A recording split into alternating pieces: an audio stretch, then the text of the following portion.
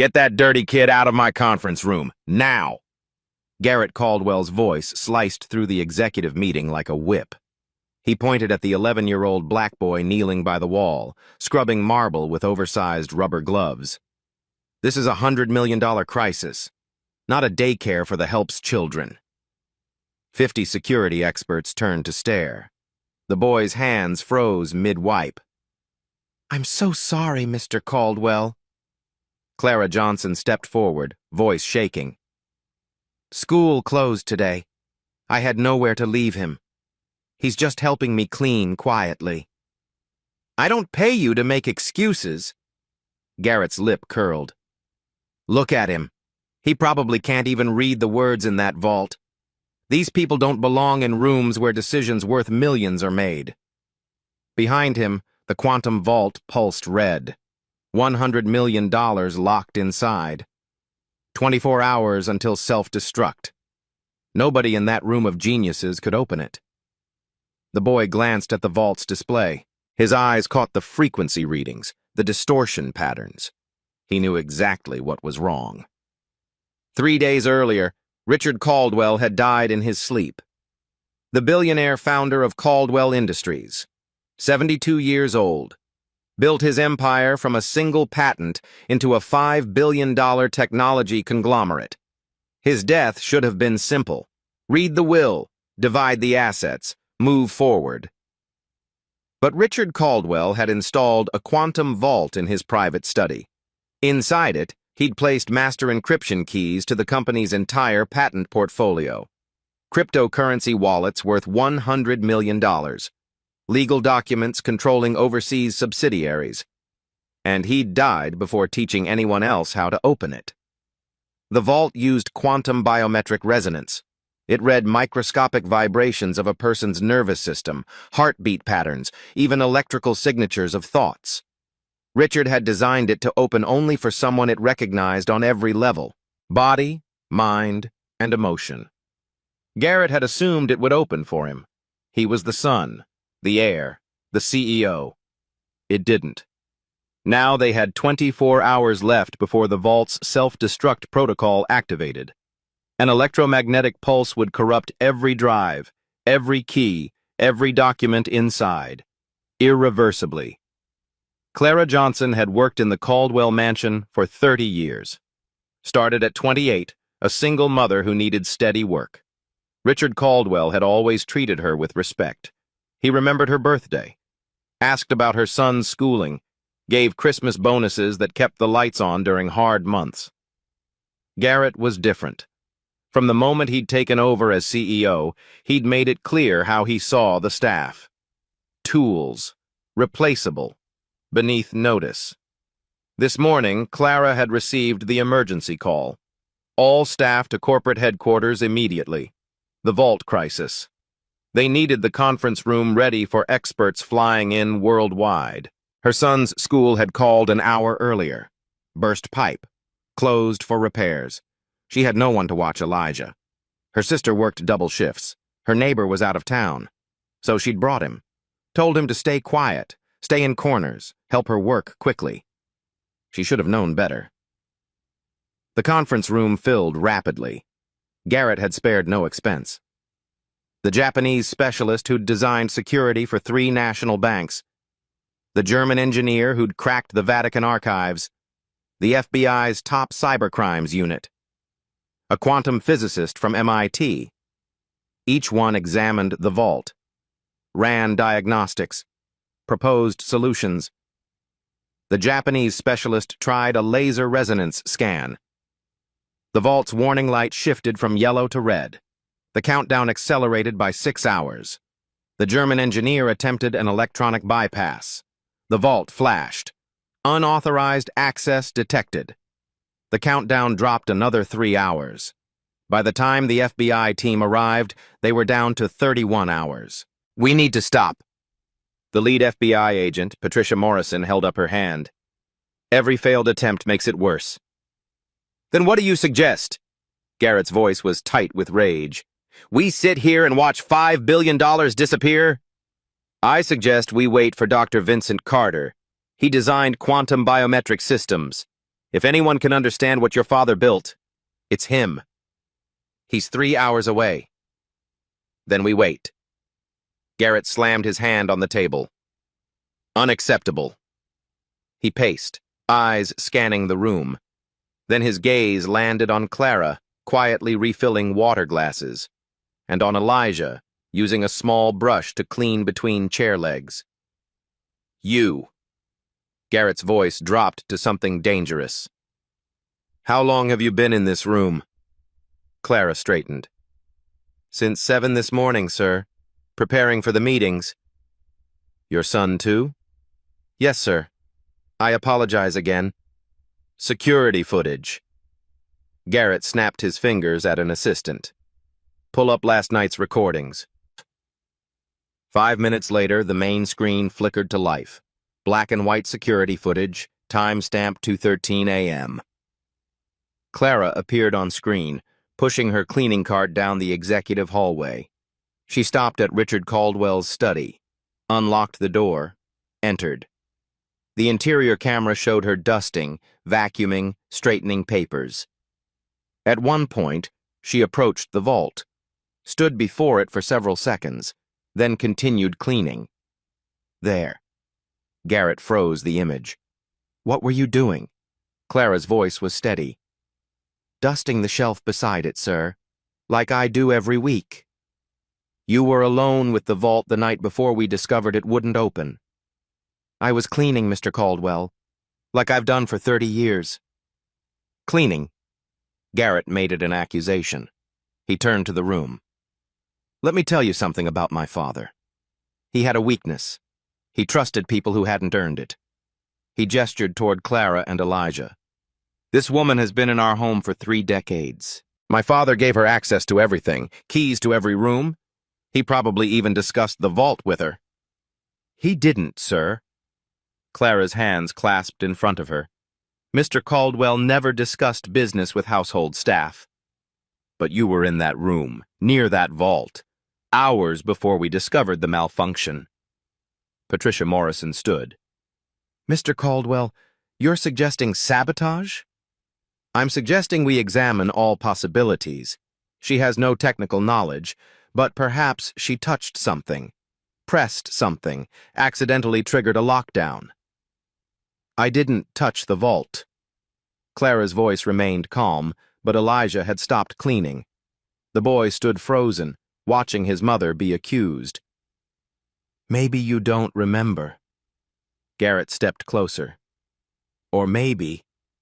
His eyes shifted to Elijah. Maybe someone else did. Children touch things they shouldn't. The room went quiet. My son has never been in that study, Clara said carefully. So you say. Garrett turned to the experts. This vault worked perfectly until 3 days ago. My father tested it weekly. The only variable is his death and the presence of unauthorized individuals near it. I'm not unauthorized. Clara's voice cracked slightly. I have keys. I have permission. I've had that for 30 years. Permission to clean. Not permission to touch technology you can't possibly understand. The MIT physicist cleared his throat. With respect, the vault's malfunction is likely related to the biometric system failing to adapt after your father's death. It's a design flaw, not sabotage. Then why did it work fine the day before he died? No one answered. Garrett pulled out his phone. I'm calling security. I want Clara Johnson and her son detained until we resolve this. You can't detain us. Clara's voice strengthened. We've done nothing wrong. You were in the room. That makes you suspect. Suspects of what? Patricia Morrison's voice was sharp. Cleaning? This is absurd. This is my company, my building, my decision. Elijah stepped forward. We didn't touch anything. Every eye turned to the 11-year-old. Garrett's lip curled. The child speaks. Tell me, boy, do you even know what that machine does? Elijah's jaw tightened. His mother reached for his arm, but he stood his ground. I know it's a quantum vault. Model X7. Uses bioresonance technology to read neural patterns and cardiac rhythms. The room went dead silent. Garrett blinked. What did you just say? I said it's... I heard what you said. Garrett looked at Clara. You coached him. Told him what to say. I didn't. Elijah's voice grew stronger. I read about it. Read about it. Garrett laughed without humor. Where exactly would a child like you read about classified quantum security systems? Elijah didn't answer. That's what I thought. Garrett turned to the experts. These people overstep. They think that because they work in our homes, they're entitled to our knowledge. He pointed at Elijah. This boy has probably been snooping through my father's things for years, and now we're supposed to believe it's coincidence that the vault fails right when... Mr. Caldwell. A new voice came from the doorway. Everyone turned. An elderly Asian man stood at the entrance, leaning on a cane. His hair was silver, his face weathered, but his eyes were sharp. Dr. Carter. Patricia stood. Thank God. Chen walked slowly into the room, his gaze sweeping across the vault. Tell me what's happened. Garrett quickly outlined the situation. The vault's malfunction, the failed attempts. The countdown is at 28 hours. Chen listened without interruption. Then he approached the vault, studying its display. The biometric signature is fragmented, he said. Partially there, but incomplete. Like an echo. Can you fix it? Garrett demanded.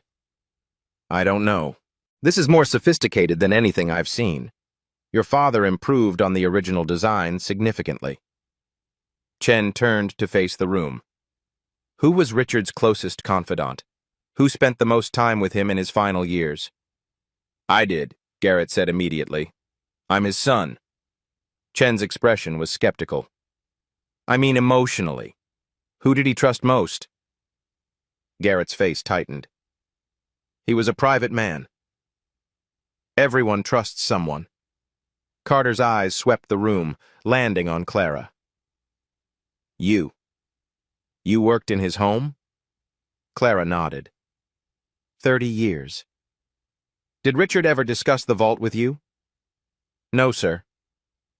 But you cleaned his study? Yes, sir. Weekly. And you... Carter looked at Elijah. You're her son? Yes, sir. How old? 11. Chen studied the boy. Have you ever met Richard Caldwell?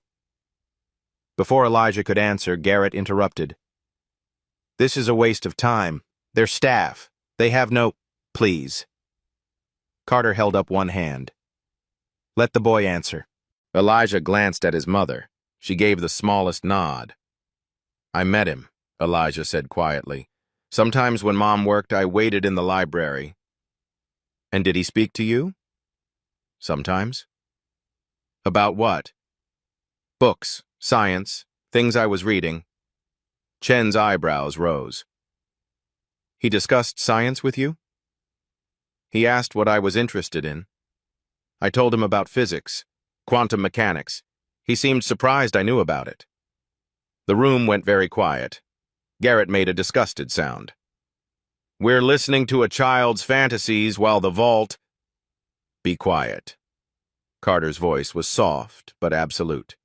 He moved closer to Elijah. What exactly did Richard discuss with you? Wave functions, probability states, superposition.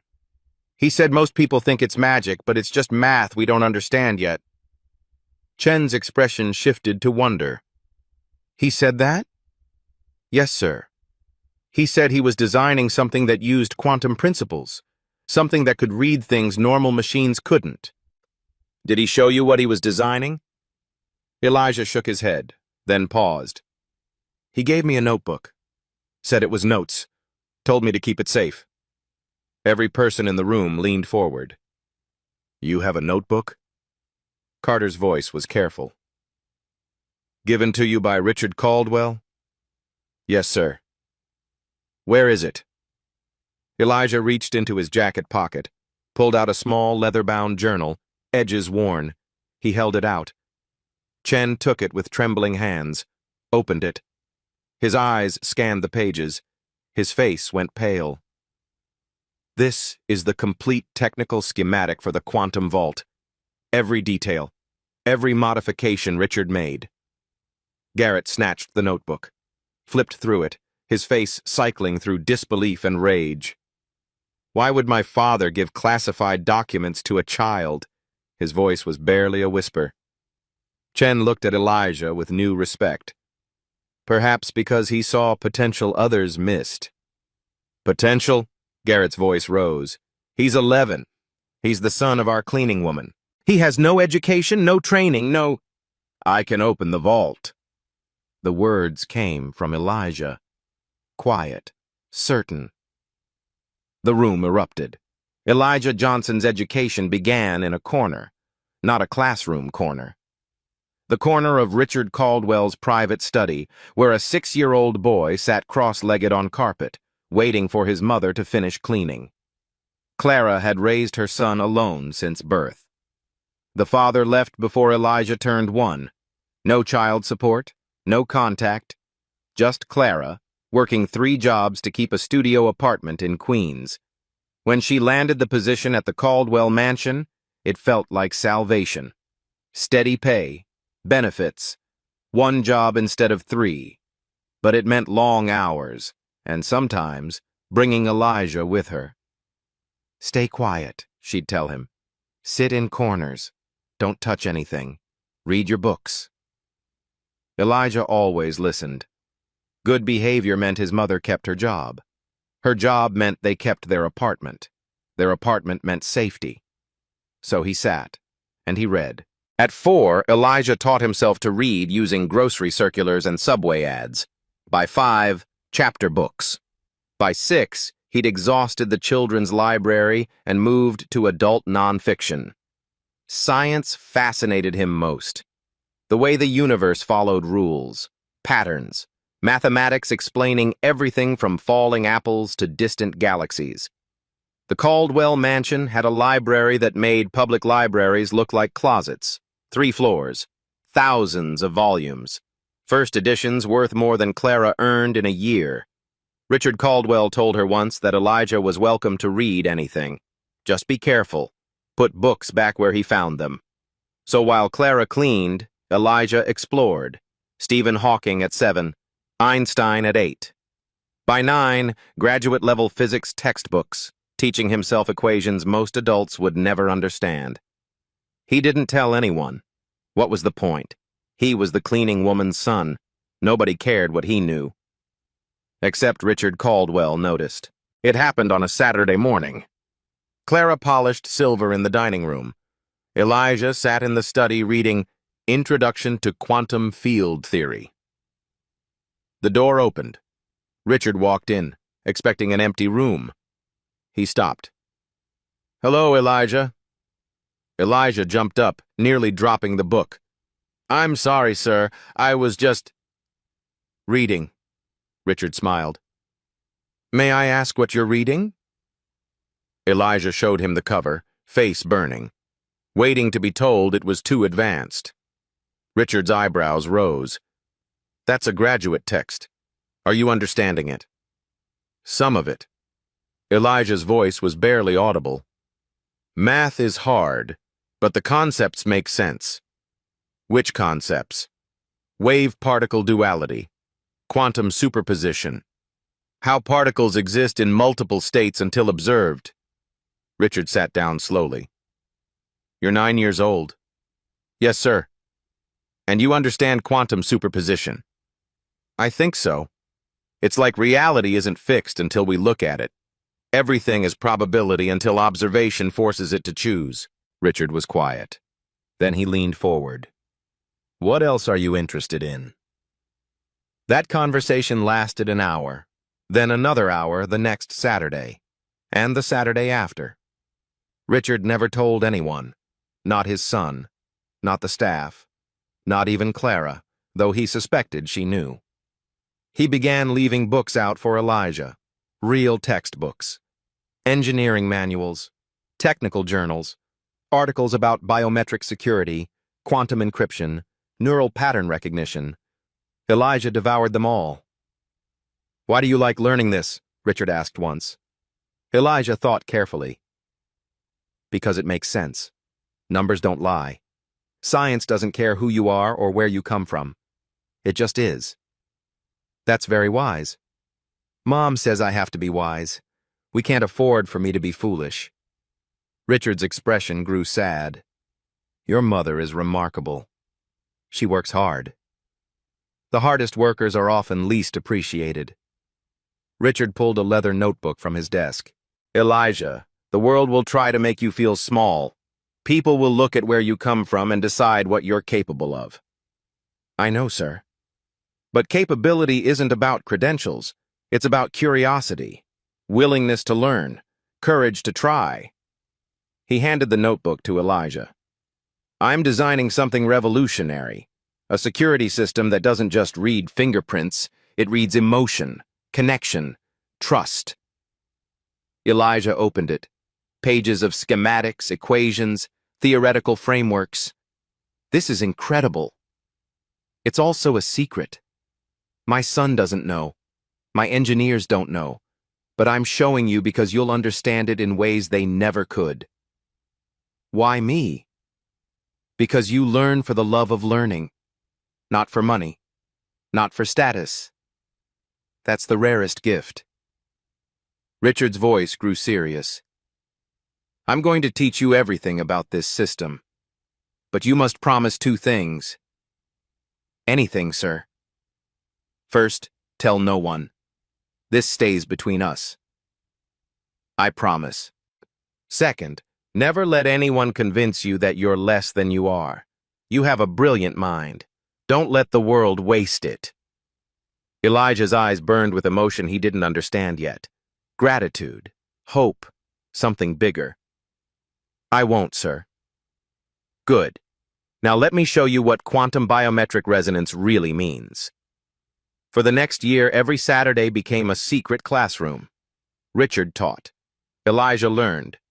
Richard Caldwell was teaching the son his own son had never been. 3 weeks before Richard died, during their last session, the old man looked at Elijah with tired eyes. "If something happens to me, this vault will lock. It's designed to protect what's inside until the right person opens it." "You mean Mr. Garrett?" "No." Richard's voice was firm. "I mean someone who understands what I built. Someone who sees past the technology to the heart of it." He placed his hand on Elijah's shoulder.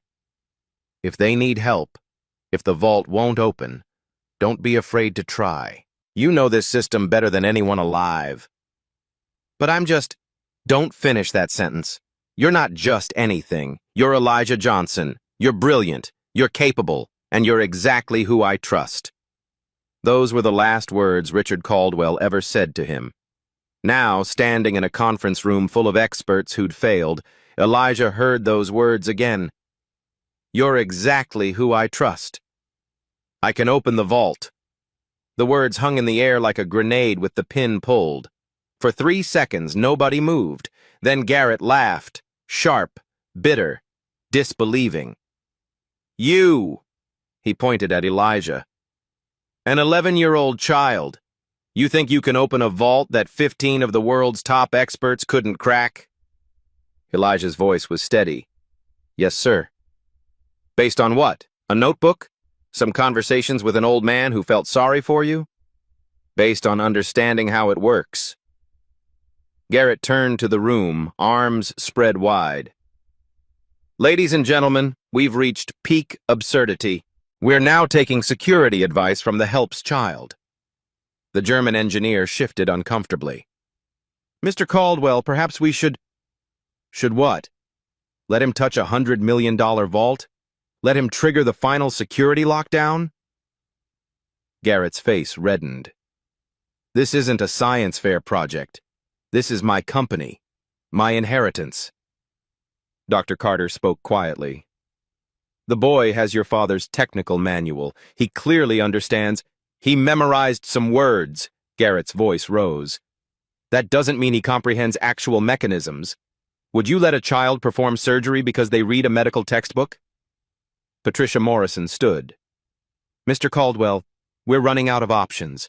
27 hours left. Every expert here has failed. Maybe nothing. Garrett cut her off. I know what this is. An elaborate con. The mother plants herself near the vault. The kid studies enough to sound smart. They wait for my father to die, then swoop in claiming they can help. Clara's voice came from the corner, shaking but clear.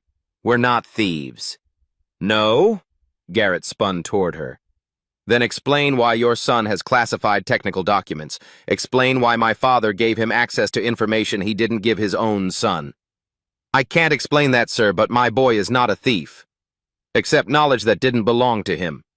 Elijah stepped forward. Mr. Caldwell gave it to me.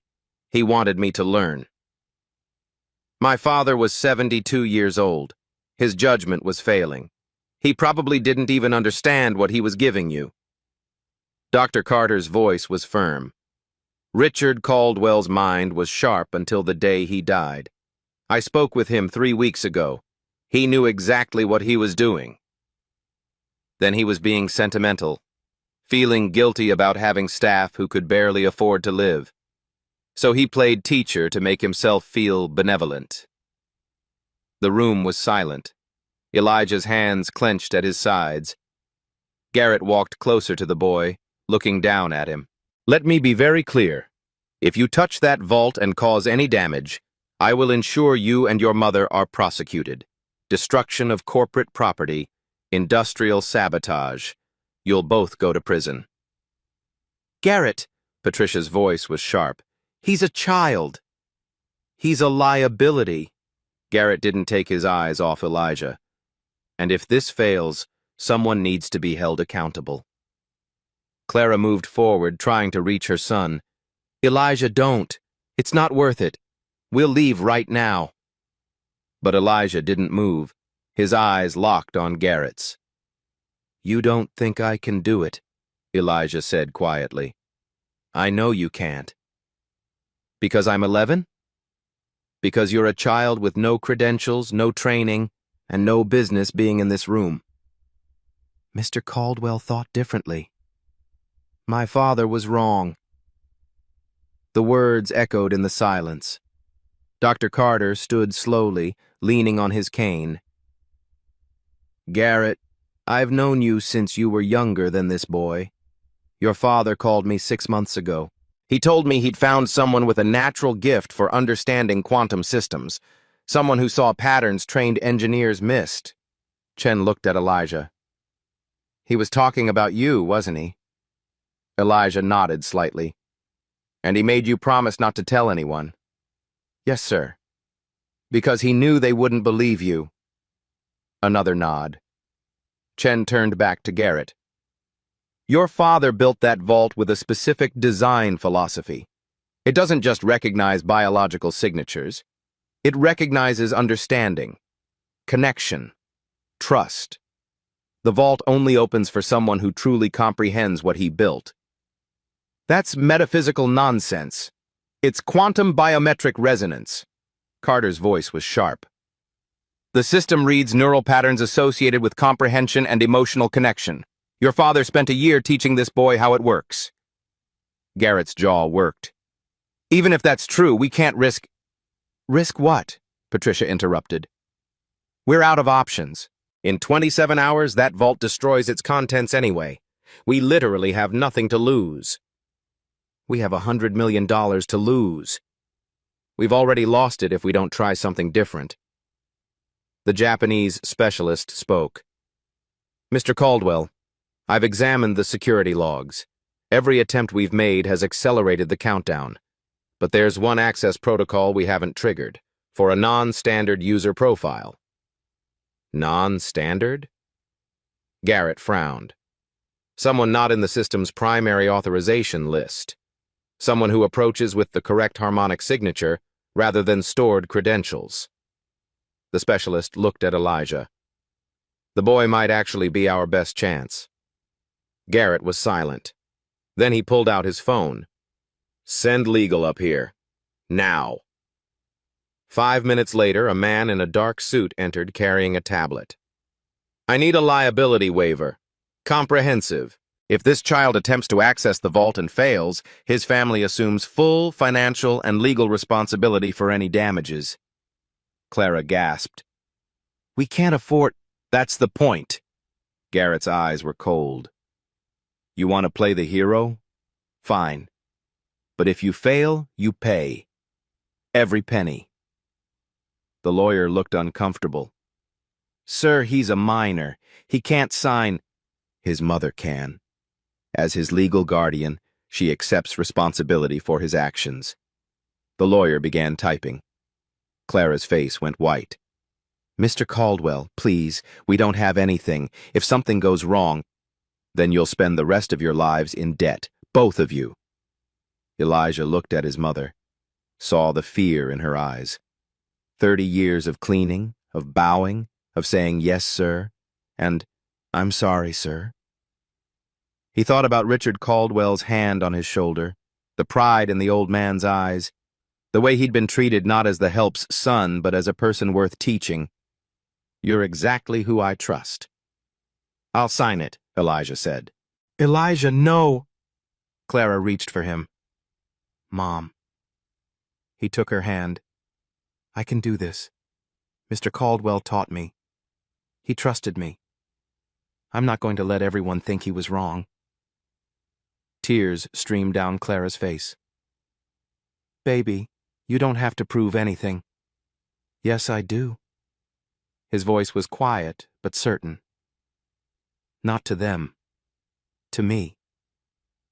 The lawyer handed the tablet to Clara. Ms. Johnson, if you sign this, you're accepting full financial liability. This includes damages valued at approximately $100 million. Do you understand? Clara's hand shook as she took the tablet.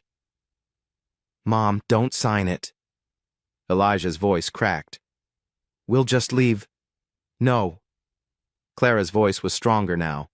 She looked at her son with something fierce in her eyes. If Mr. Caldwell trusted you, then I trust you. She signed.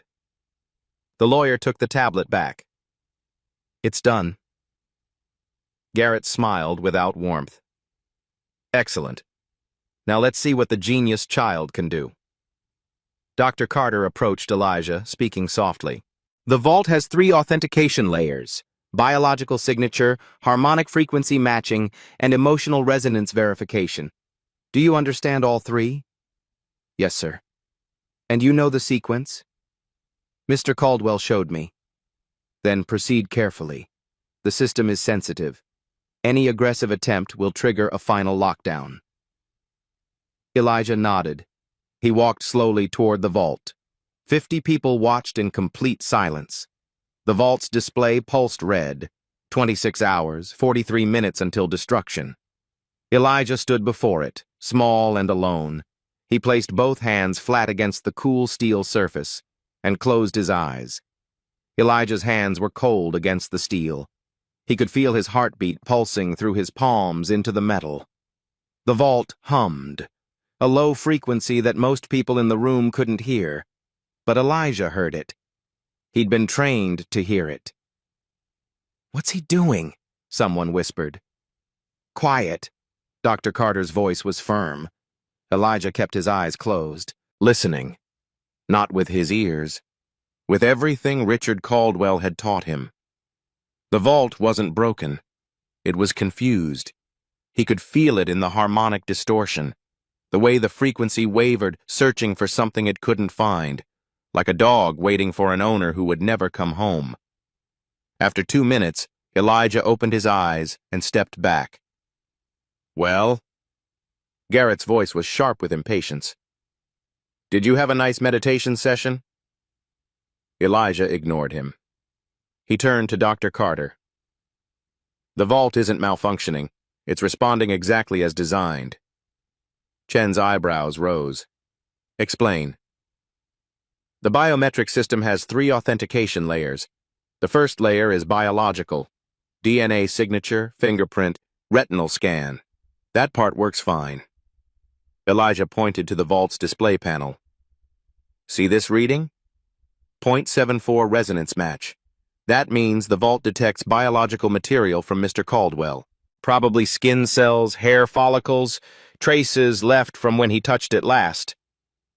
The MIT physicist leaned forward. That's actually correct. The residual biological signature is still present. But it's not enough to open the vault, Elijah continued, because the second layer is harmonic frequency matching. The vault reads the electrical signature of the user's nervous system, heartbeat pattern, neural activity, the specific rhythm of how their body functions. He touched the screen, pulling up a waveform display. This is what Mr. Caldwell's signature looked like when he was alive. See the pattern? Consistent rhythm at 1.4 kilohertz, stable neural baseline. Garrett moved closer despite himself. And now? Now there's no active signature, just the echo of the old one. The vault knows Mr. Caldwell is gone. It's locked itself into protection mode, waiting for the correct living signature to match against. Patricia Morrison spoke up. But we tried that. I tried. Garrett tried. Why didn't it accept any of us? Because of the third layer. Elijah's voice was quiet. Emotional resonance verification. The room went still. That's not real technology, Garrett said flatly. Emotions aren't quantifiable. Yes, they are. Elijah turned to face him. Brain activity creates electrical patterns. Different emotions create different patterns. Fear looks different from joy. Anger looks different from trust. Mr. Caldwell designed the vault to read those patterns.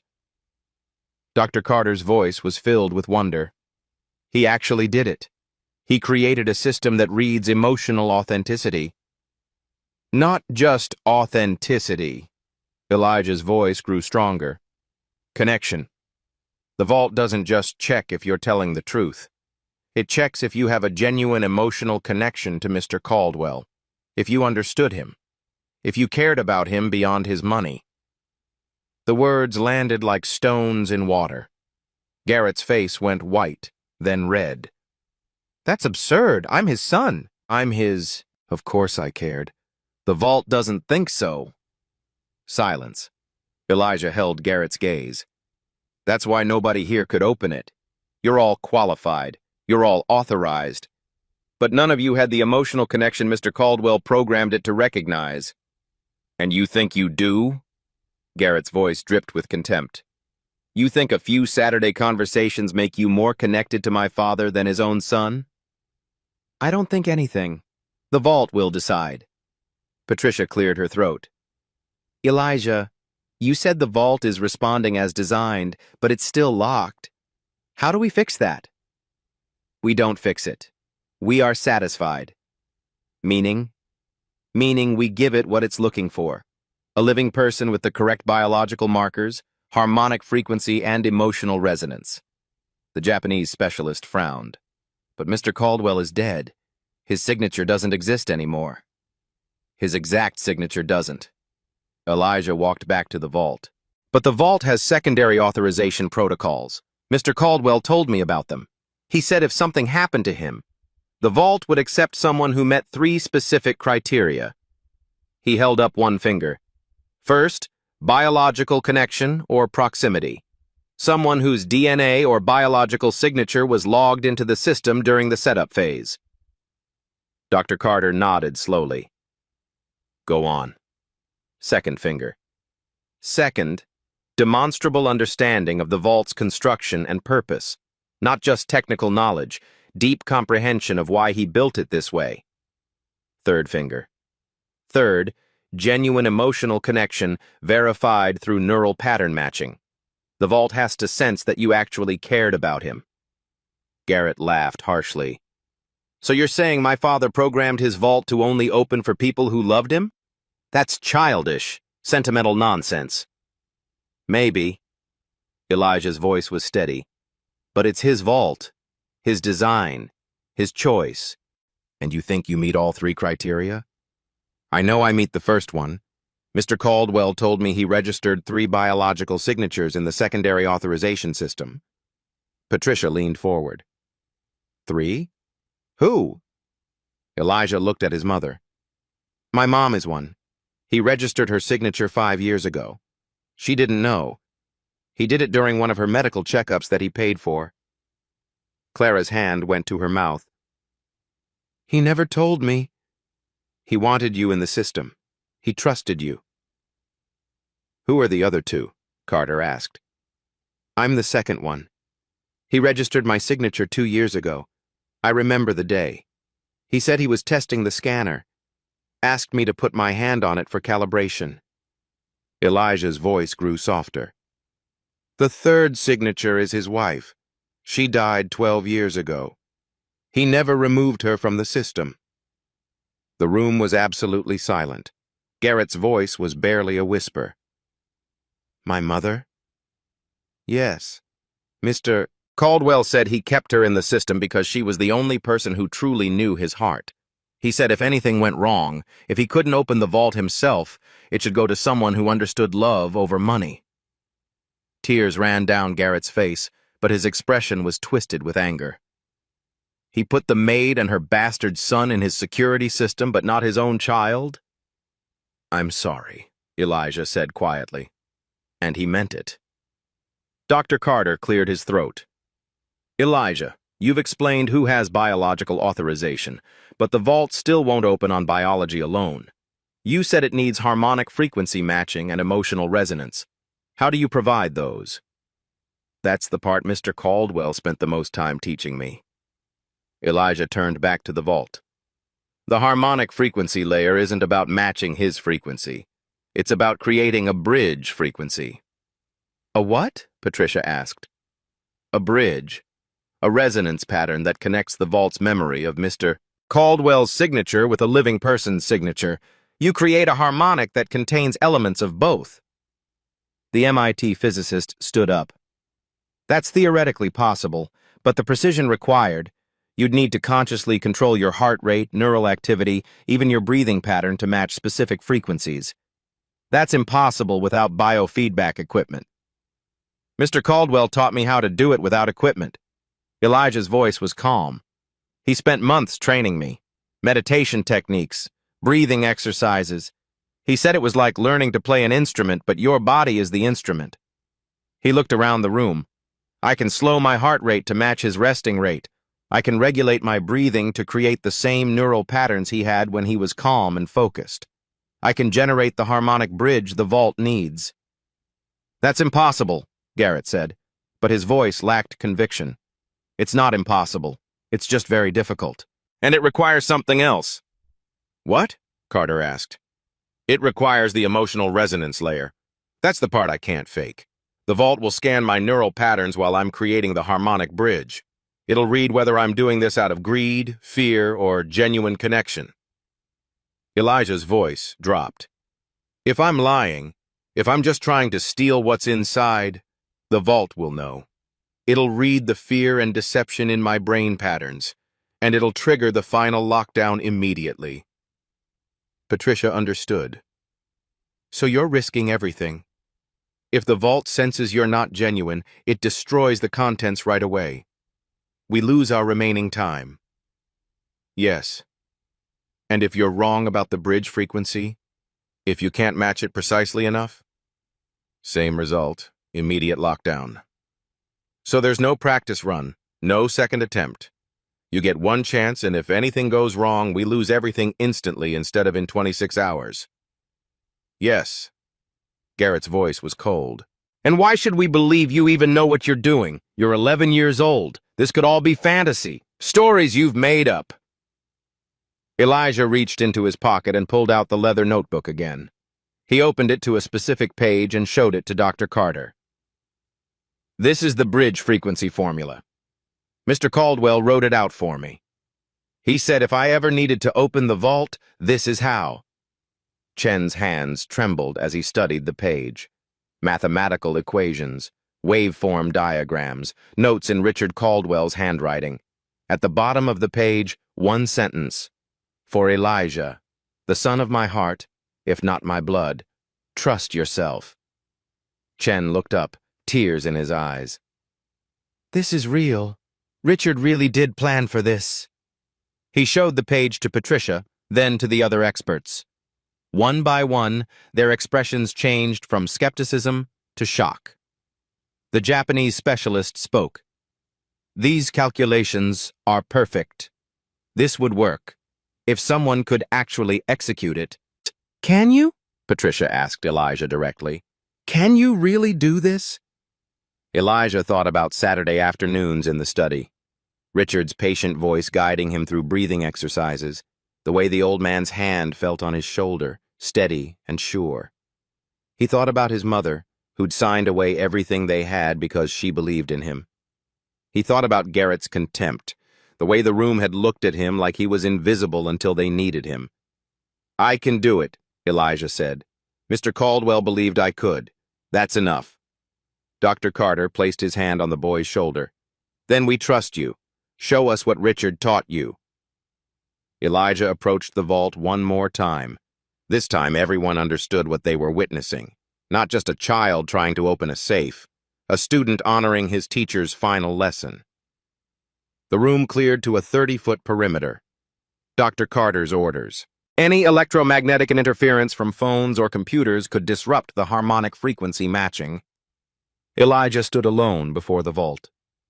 His mother watched from the edge of the circle, hands clasped so tightly her knuckles were white. Medical team on standby. Patricia spoke into her phone. If his heart rate becomes erratic, we intervene immediately. No. Elijah's voice was quiet but firm. If you interrupt, the vault locks permanently. I have to finish no matter what. Patricia hesitated, then nodded. Elijah removed his shoes. Richard had taught him that direct floor contact helped ground the harmonic resonance. Bare feet on marble would conduct the frequency better. He pulled the worn leather notebook from his pocket one last time, opened it to the page with his name, ran his fingers over Richard's handwriting. Then he set it beside him. He placed both palms flat against the vault's biometric panel. The steel was cool, smooth. It began to warm under his touch. The vault's display flickered. Biological scan in progress. 30 seconds passed. Secondary authorization recognized. Elijah Johnson. A murmur ran through the crowd. Phase 1 complete, Dr. Carter whispered. Now came the hard part. Elijah closed his eyes, began the breathing technique Richard had taught him. 4 counts in through the nose, hold for 7, 8 counts out through the mouth. His heartbeat, racing with nervousness, began to slow. Dr. Carter watched a medical monitor. His heart rate is dropping, 90 beats per minute, 85, 80. The breathing continued, steady, controlled. 75, 72. Richard's resting heart rate had been 72 beats per minute. He's matching it, the MIT physicist whispered. He's actually matching the target frequency. Elijah's consciousness shifted. He stopped thinking about the people watching, stopped thinking about the liability waiver, stopped thinking about Garrett's contempt. He thought about Saturday afternoons, Richard's study, smelling of old books and lemon polish, sunlight through tall windows, the old man's patient voice explaining quantum superposition. The universe doesn't exist in fixed states until we observe it, Elijah. Reality is fluid. Possibility is everything. The memory felt real. The vault's display changed. Harmonic frequency analysis in progress. Elijah felt the vault scanning him, not just his heartbeat. Deeper, the electrical patterns of his nervous system, the rhythm of his thoughts. He had to bridge the gap between his living frequency and Richard's recorded one. He began the harmonic visualization Richard had taught him, imagining his heartbeat as a waveform, seeing it in his mind, the peaks and valleys of each pulse, then imagining Richard's waveform beside it. In his mind, he brought them closer. Let them overlap. Let them resonate. The vault began to hum, a sound so low it was more felt than heard. The marble floor vibrated beneath Elijah's bare feet. "What's happening?" Garrett's voice was tense. "The vault is responding," Dr. Carter said. "It's reading the bridge frequency. He's doing it." But Elijah barely heard them. He was somewhere else now.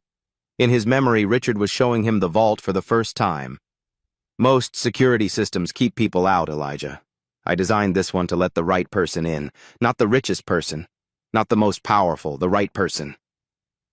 "What are you protecting, Mr. Caldwell?" "Not what. Who. I'm protecting the people I love from those who would exploit them. I'm protecting knowledge from greed."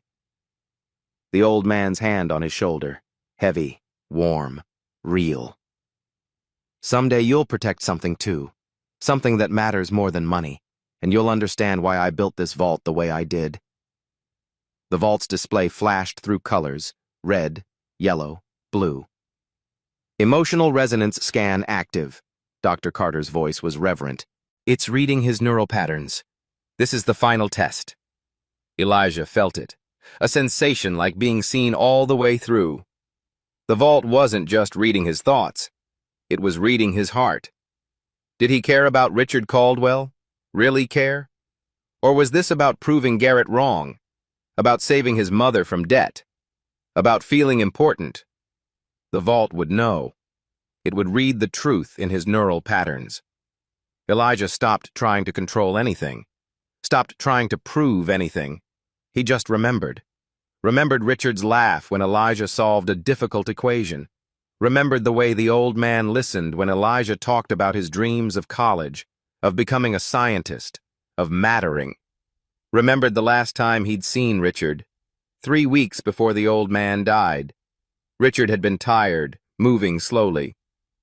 "I won't be here forever, Elijah." "Don't say that." "It's true. But meeting you, teaching you, watching your mind work, it's been one of the great joys of my life. You reminded me why I fell in love with science. The wonder of it." The old man had hugged him, the only time Richard Caldwell had ever hugged him. "Thank you for letting an old man feel like a teacher again, like a father again." Elijah's eyes burned behind his closed lids, not from concentration, from grief. He missed Richard, not his money, not his status. Him. The person who'd seen Elijah as more than the maid's son, who'd treated him like his mind mattered, like he mattered. The vault's hum reached a crescendo, then stopped. Complete silence.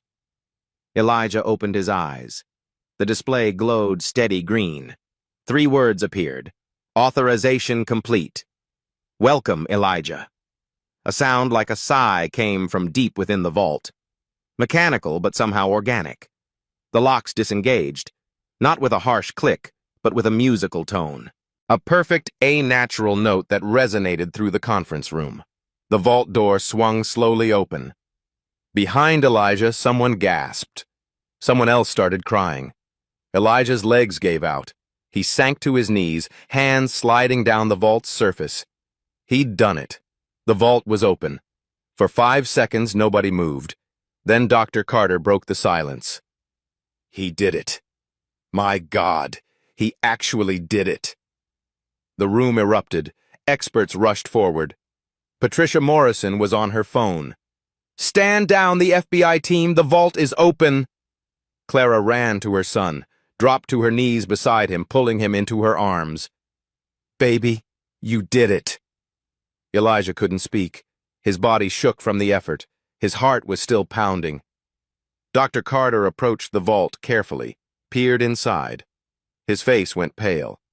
Then he smiled. "It's all here. Every file, every key, every document, all intact." Garrett pushed through the crowd, looked inside. His shoulders sagged with relief. Then his eyes fell on something else. A sealed envelope. Cream-colored paper. His father's handwriting on the front. "To be read aloud upon opening of this vault." Garrett reached for it, but Dr. Carter was faster. "I'll read it," Carter said firmly. "That's what it says. Read aloud." He broke the seal, unfolded the letter, cleared his throat. To whom it may concern. If you're reading this, my quantum vault has been opened. Only 3 people had biological authorization to attempt access. My late wife, Clara Johnson, who served my household with dignity for 3 decades, and Elijah Johnson, the brightest mind I've encountered in 50 years. Garrett's face went ashen. Chen continued. If Elijah opened this vault, it means he demonstrated technical understanding and genuine emotional connection. The vault cannot be fooled. It reads truth at a neural level. Therefore, all assets contained within are to be distributed as follows. The room went silent. 40% to Elijah Johnson, held in trust until his 25th birthday. 30% to Clara Johnson, in gratitude for her loyalty. 20% to my son Garrett, conditional on 500 hours of community service. 10% to establish the Caldwell Johnson Scholarship Fund for gifted children from low-income families. Chen's voice cracked. Signed, Richard James Caldwell, witnessed and notarized. Garrett staggered backward. No, he can't. He can, Patricia said quietly. This document is legal, notarized, uncontestable. Dr. Carter pulled more papers from the vault. Detailed instructions, bank accounts, legal documentation. He looked at Elijah, still on his knees. Son, your life just changed. You're looking at approximately $2 billion. $2 billion. The number hung in the air like something impossible. Elijah stared at Dr. Carter. That's not... It's real, Carter said gently. Your mentor made very certain of it. Garrett's face had gone from red to white to gray. This is insane. My father was manipulated. That boy, that family. They took advantage of an elderly man. Your father wasn't senile, Patricia said sharply. I worked with him 4 months ago. His mind was sharp. Then he was coerced. There's no explanation for why he'd give billions to them. The explanation is in the letter, Dr. Carter said. Richard valued character over blood. He chose to reward the person who understood what he built. I'm his son. And you received 20%, conditional on changed character. Carter's voice was firm. Which you haven't demonstrated. Garrett's hands clenched. I'll fight this. I'll contest the will. I'll prove incompetence. You can try. Patricia pulled out her phone. But I've been recording this meeting. Company protocol. She played back audio. Garrett's voice, clear and damning. These people don't belong in rooms where real decisions are made. He's probably been snooping through my father's things for years. These people understand MOPS, not quantum encryption. Patricia stopped the playback. You've spent 2 hours disparaging this child, threatening his family, demonstrating exactly the character your father feared. Dr. Carter pulled another document from the vault. Richard left detailed documentation, dated entries going back 3 years. He read aloud. March 15th. Garrett fired 3 single mothers today for insufficient productivity. All had exemplary reviews. When confronted, he called them dead weight. I fear my son has lost sight of what makes a company valuable. Another entry. September 2nd. Caught Garrett berating Clara for a water glass placement. Called her incompetent in front of guests. I've never been more ashamed. Each entry was another nail. Evidence that Richard had watched his son with growing disappointment. The final entry was dated 2 weeks before Richard's death. I've made my decision.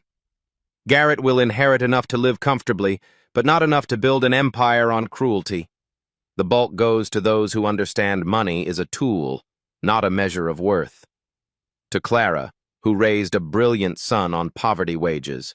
To Elijah, who has the mind to change the world. They deserve this. Garrett has squandered his chance. The room was silent. Garrett's voice was barely a whisper. He really hated me. He didn't hate you, Carter said quietly. He was disappointed. There's a difference. He gave billions to strangers. He gave billions to people who treated others with dignity. Carter closed the folder. You can contest this, but every entry will be evidence. Every witness here will testify. You'll lose, Garrett, publicly. Patricia nodded. Accept the 20%. Complete the community service. Learn what your father tried to teach. Garrett looked around the room. 50 faces staring back, some with pity, some with contempt, none with support. He looked at Elijah, still kneeling by the vault with his mother. For a moment, something flickered in his eyes. Shame, maybe. Recognition. Then it hardened back to resentment. "Keep the money," he said. "You'll waste it anyway. People like you always do. 5 years you'll be broke, begging for your old jobs back." He turned toward the door. Dr. Carter called after him. "Garrett, your father left you a personal letter. Don't you want it?" Garrett stopped.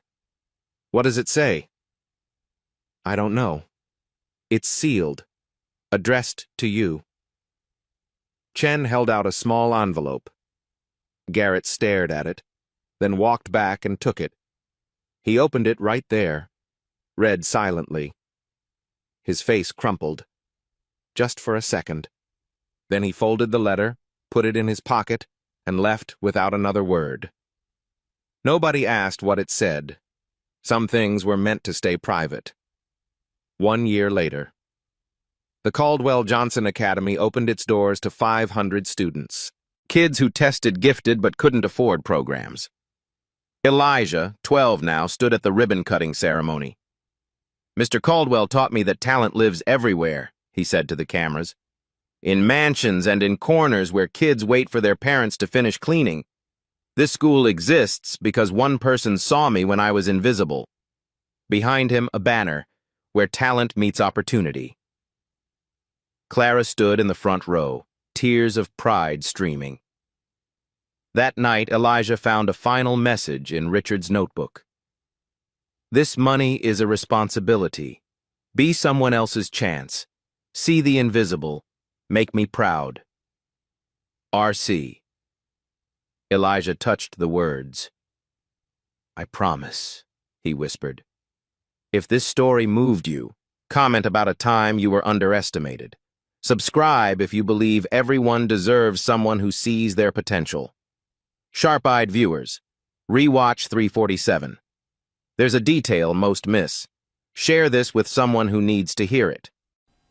At Black Voices Uncut, we don't polish away the pain or water down the message. We tell it like it is because the truth deserves nothing less.